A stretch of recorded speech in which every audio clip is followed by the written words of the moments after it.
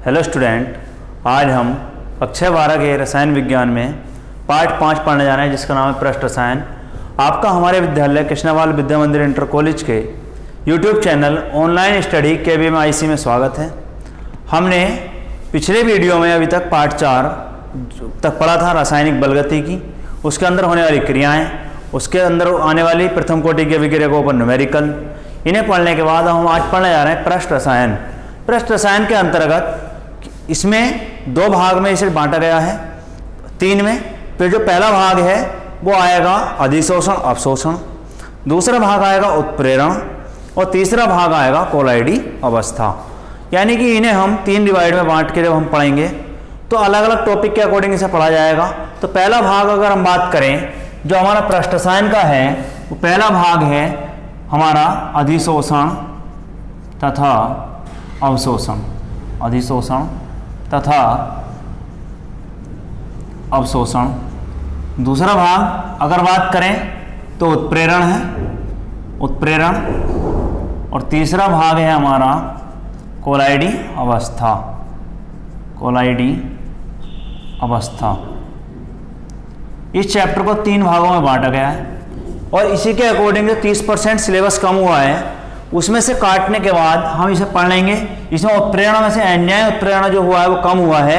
इसके जो भाग हैं उत्प्रेरण के, वो कितने प्रकार का होता है, क्या होता है, उसके साथ ही एक भाग आता है एंजाइम उत्प्रेरण, जो हम एक तरीके से जैव बहुलक या जैव अणु के रूप में भी उसे पढ़ेंगे। जो आगे है, जो चैप्टर में से हटा दिया फिर भी यूपी बोर्ड से, लेकिन मैं समझा दूंगा कि जैव एंजाइम उत्प्रेरण होता क्या है, इसका यूज क्या है। इसके बाद आता है कोलाइडी अवस्था, जो इसका तीसरा पार्ट है। कोलाइडी अवस्था में जो हमारा प्रोसीड है, ये पढ़ने की सिस्टम वो है टिंडल प्रभाव, क्या कहते हैं, ब्राउनी गति है, और टिंडल प्रभाव, ब्राउनी गति, और क्या कहते हैं उसका हैस का नियम है। इसके साथ ही पढ़ेंगे हम स्वर्ण संख्या, अपोहन, पेप्टीकरण, ये सब इसी के अंदर आने वाले टॉपिक हैं। अब बात करते हैं अधिशोषण तथा अवशोषण की। मान लीजिए हमारे पास कोई एक पदार्थ ये है, ये ठोस पदार्थ है।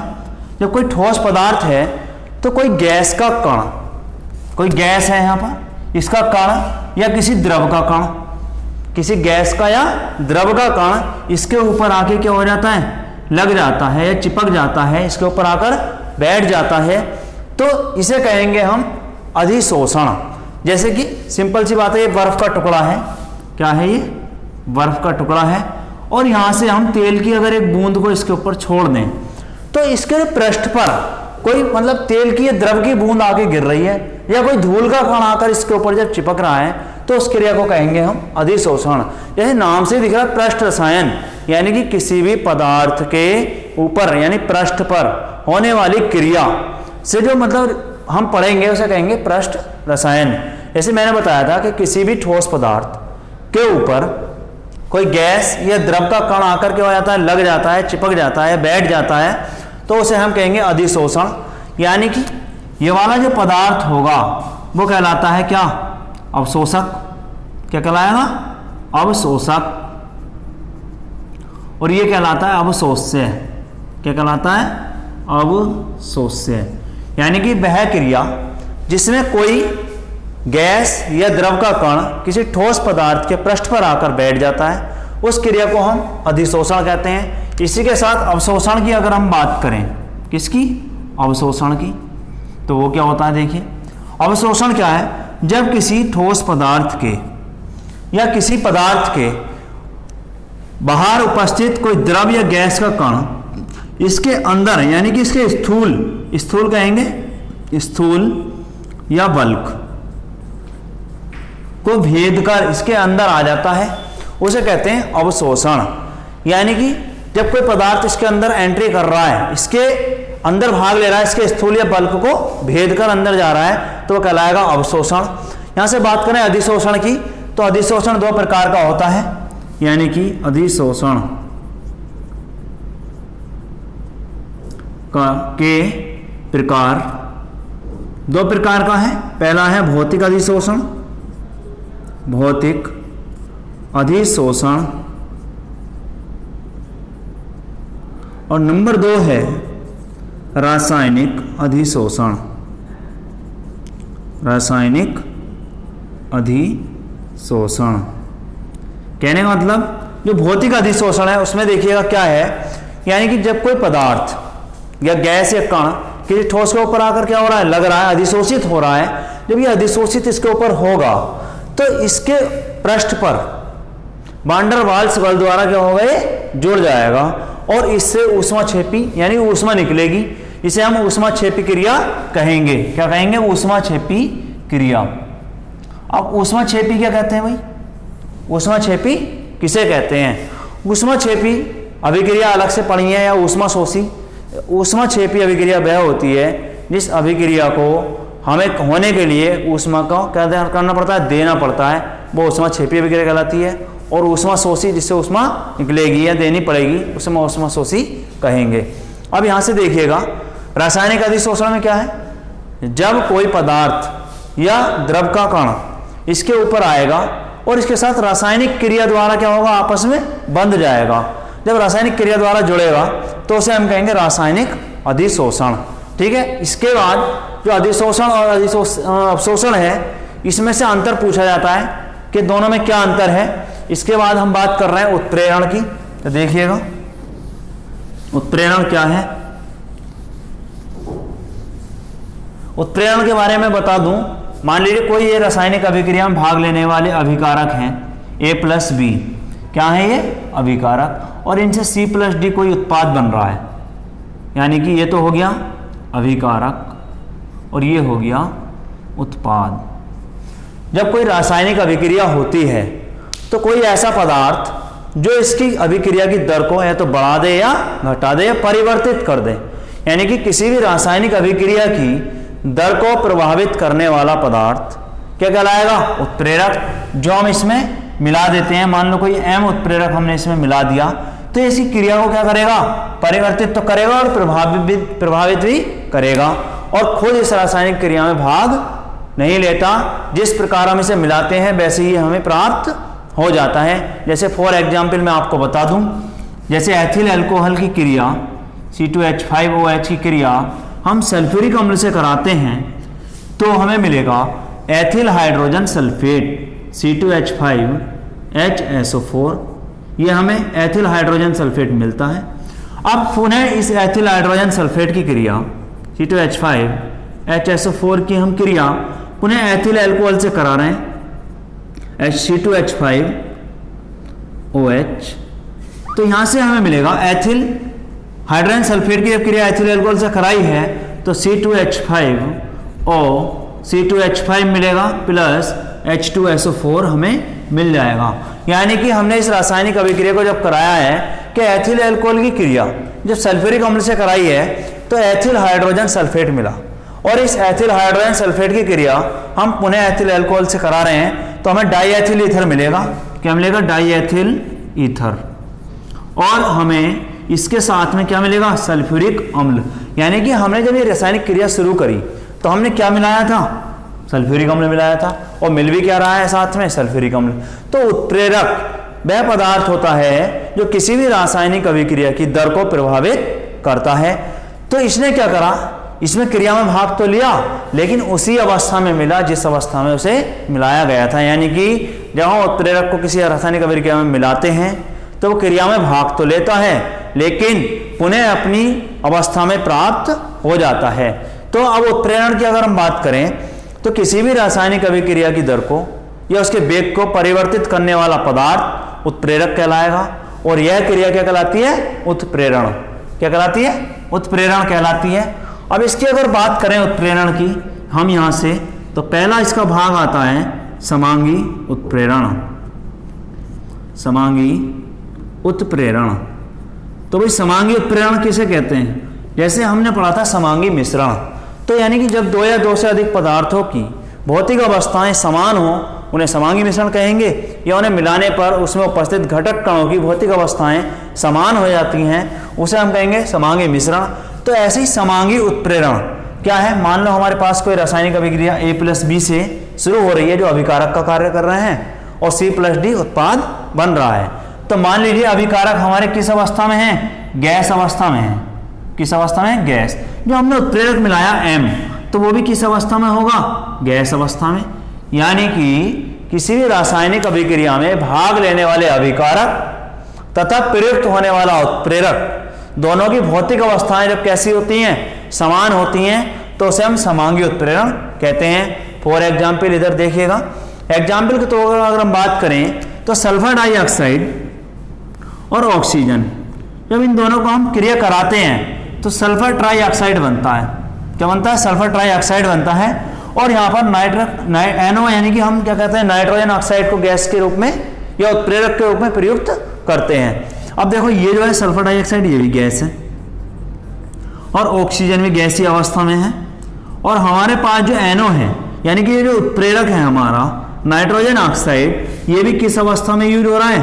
गैस अवस्था में यूज हो रहा है। तो यानी कि किसी रासायनिक अभिक्रिया में भाग लेने वाले अभिकारक और उत्प्रेरक जब दोनों की भौतिक अवस्थाएं कैसी हो, समान हो, तो उसे हम समांगी उत्प्रेरण कहते हैं। जैसे देखिएगा यहाँ पर सल्फर डाइऑक्साइड गैस है, ऑक्सीजन भी गैस है और उत्प्रेरक जो NO है वो भी गैस है, यानी कि दोनों की भौतिक अवस्थाएं कैसी हो गई? समान हो गई। तो ये कहलाएगा समांगी उत्प्रेरण। दूसरे की अगर हम बात करें तो आता है विषमांगी उत्प्रेरण। विषमांगी उत्प्रेरण यानी कि विषमांगी किसे कहेंगे भाई? जब किसी रासायनिक अभिक्रिया में भाग लेने वाले अभिकारक तथा उत्प्रेरक दोनों की भौतिक अवस्थाएं कैसी हो? अलग अलग, तो उसे कहते हैं विषमांगी उत्प्रेरण। फॉर एग्जाम्पल अगर हम बात करें तो अभी हमने जैसे ये रासायनिक अभिक्रिया समझी है A+B वाली, इसी के अकॉर्डिंग मैं आपको बता रहा हूं क्या, जो हमारा अभिकारक है मान लीजिएगा वो किस अवस्था में है? गैस अवस्था में है। और जो उत्पाद हमने जो मिलाया है क्या कहते हैं उत्प्रेरक, वो किस अवस्था में है? ठोस अवस्था में है। तो देखिए जो अभिकारक हैं वो दोनों कैसे हैं? गैस। और जो हमारा उत्प्रेरक है वो किस अवस्था में है? ठोस। तो इनकी भौतिक अवस्थाएं क्या हो गई? चेंज हो गई। यानी कि जब अभिकारक और उत्प्रेरक दोनों की भौतिक अवस्थाएं कैसी हों? अलग अलग हों, उसे हम क्या कहेंगे? क्या कहेंगे? उसे हम विषमांगी उत्प्रेरण। हो सकता है कि अभिकारक यहाँ ठोस हो, क्या हो? अभिकारक यहाँ ठोस, जबकि यहाँ उत्प्रेरक क्या हो? गैस हो या द्रव अवस्था में हो। यानी कि दोनों की भौतिक अवस्थाएं कैसी होंगी? अलग अलग हो जाएंगी। जब इनकी भौतिक अवस्थाएं अलग अलग होंगी तो उस उत्प्रेरक को हम कहेंगे विषमांगी उत्प्रेरण। एग्जाम्पल देखिएगा विषमांगी उत्प्रेरण का। हमने हैबर विधि से अमोनिया का निर्माण पढ़ा है ना। तो यहाँ पर बनती है अमोनिया किसके द्वारा? नाइट्रोजन गैस, ठीक है, हाइड्रोजन भी क्या है? गैस है। और इसे हम 1:3 में ले लेते हैं तो हमारी अमोनिया बनती है। अमोनिया भी किस अवस्था में बनेगी? गैस। अब यहां से ये तो हो गए अभिकारक, क्या हो गए ये? अभिकारक है। और यहां पर जो उत्प्रेरक यूज होता है वो होता है आयरन। और जो लोहा यानी कि एक तरीके से कहेंगे तो किस अवस्था में पाया जाता है? ठोस अवस्था में।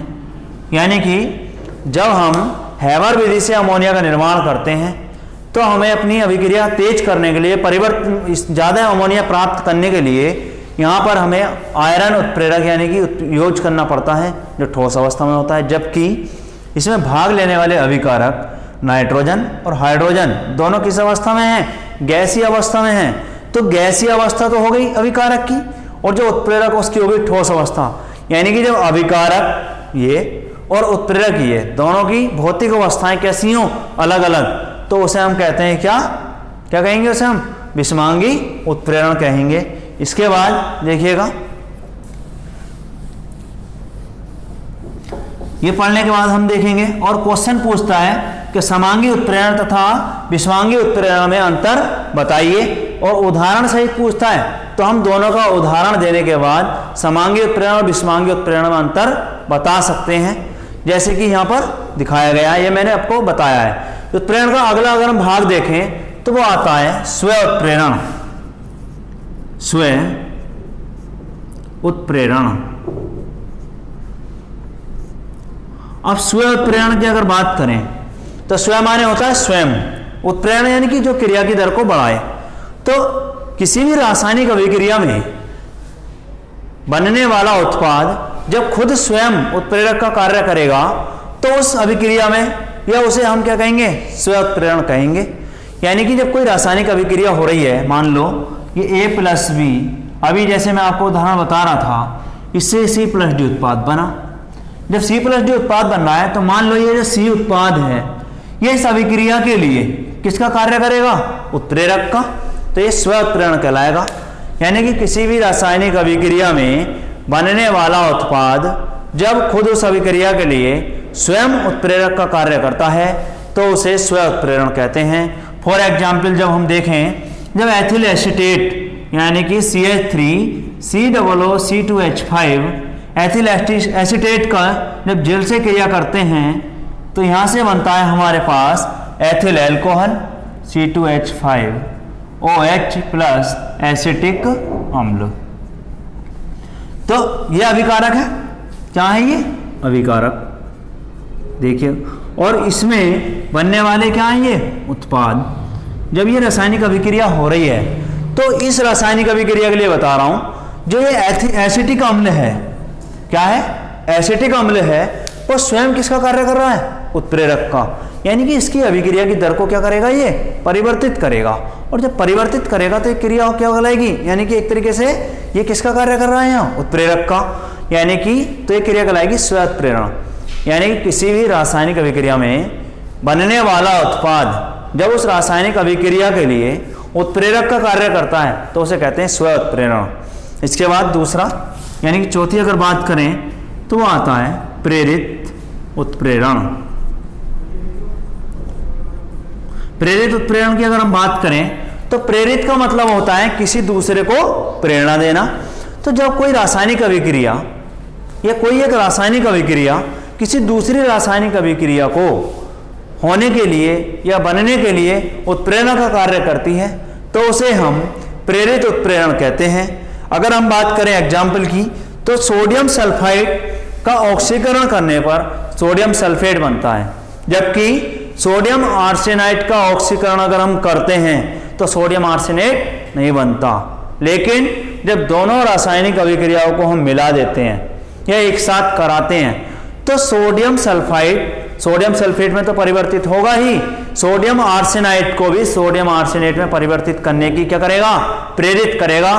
तो किसी भी रासायनिक अभिक्रिया में या कोई भी रासायनिक अभिक्रिया जब किसी दूसरी रासायनिक अभिक्रिया को होने के लिए या पूर्ण होने के लिए प्रेरित करती है तो उसे हम प्रेरित उत्प्रेरण कहते हैं। ये हमारे पास क्वेश्चन पूछता है कि स्व उत्प्रेरण किसे कहते हैं, उसे उदाहरण सहित समझाइए, या प्रेरित उत्प्रेरण किसे कहते हैं उसे उदाहरण सहित समझाइए। इसके अगला भाग जो है हमारा जो पांचवा है उसका नाम है धनात्मक उत्प्रेरण। क्या है, धनात्मक उत्प्रेरण। तो धनात्मक उत्प्रेरण यानी कि पॉजिटिव, यानी कि कोई भी उत्प्रेरक जब किसी रासायनिक अभिक्रिया की दर को या वेग को क्या कर दे, बढ़ा दे। तो देखिएगा, मान लो ये अभिक्रिया है, यहां से इसका वेग क्या कर दे, बढ़ा देगा, तो ज्यादा मात्रा में मिलेगा उत्पाद और तेजी से मिलेगा।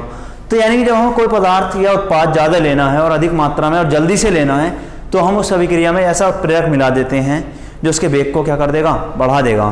तो ऐसे ही धनात्मक उत्प्रेरण कहलाएगा वो। जैसे कि किसी भी रासायनिक अभिक्रिया में भाग लेने वाला उत्प्रेरक जब उसकी रासायनिक अभिक्रिया की दर या वेग को क्या कर दे, बढ़ा दे, तो वह धनात्मक उत्प्रेरण कहलाएगा। फॉर एग्जाम्पल अभी जैसे मैंने आपको समझाया था, हैमर विधि से अमोनिया का निर्माण अगर हम करते हैं तो इसमें हमने आयरन यानी कि एक तरीके से उत्प्रेरक मिलाया तो इससे हमें क्या मिलेगी, अमोनिया।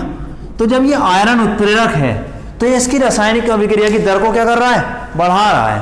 जब बढ़ाएगा तो इससे हमें अमोनिया अधिक मात्रा में और कम समय में ज़्यादा मिलेगी, तो इसे कहेंगे धनात्मक उत्प्रेरण। इसके बाद आता है ऋणात्मक यानी कि निगेटिव कैटेलिस्ट, ऋणात्मक उत्प्रेरण। क्या है, किसी भी रासायनिक अभिक्रिया में भाग लेने वाला उत्प्रेरक जब उस रासायनिक अभिक्रिया की दर या वेग को क्या कर दे, कम कर देगा या घटा देगा तो उसे ऋणात्मक उत्प्रेरण कहेंगे। फॉर एग्जाम्पल अगर हम देखें तो हाइड्रोजन पेरोक्साइड है, अगर इसमें हम ग्लिसरीन की मात्रा मिलाएं, किसकी मात्रा मिलाएं, ग्लिसरीन की, तो इससे हमें जल मिलेगा और ऑक्सीजन।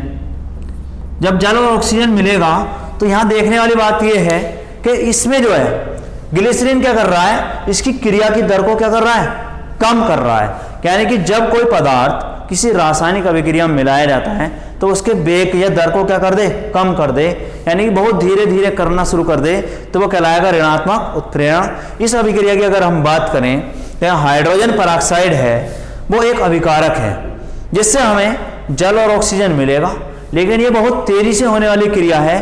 तो इस क्रिया को हल्के हल्के कराने के लिए, धीरे कराने के लिए, मंद कराने के लिए हमें ग्लिसरीन का उपयोग करना पड़ेगा इस रासायनिक अभिक्रिया में।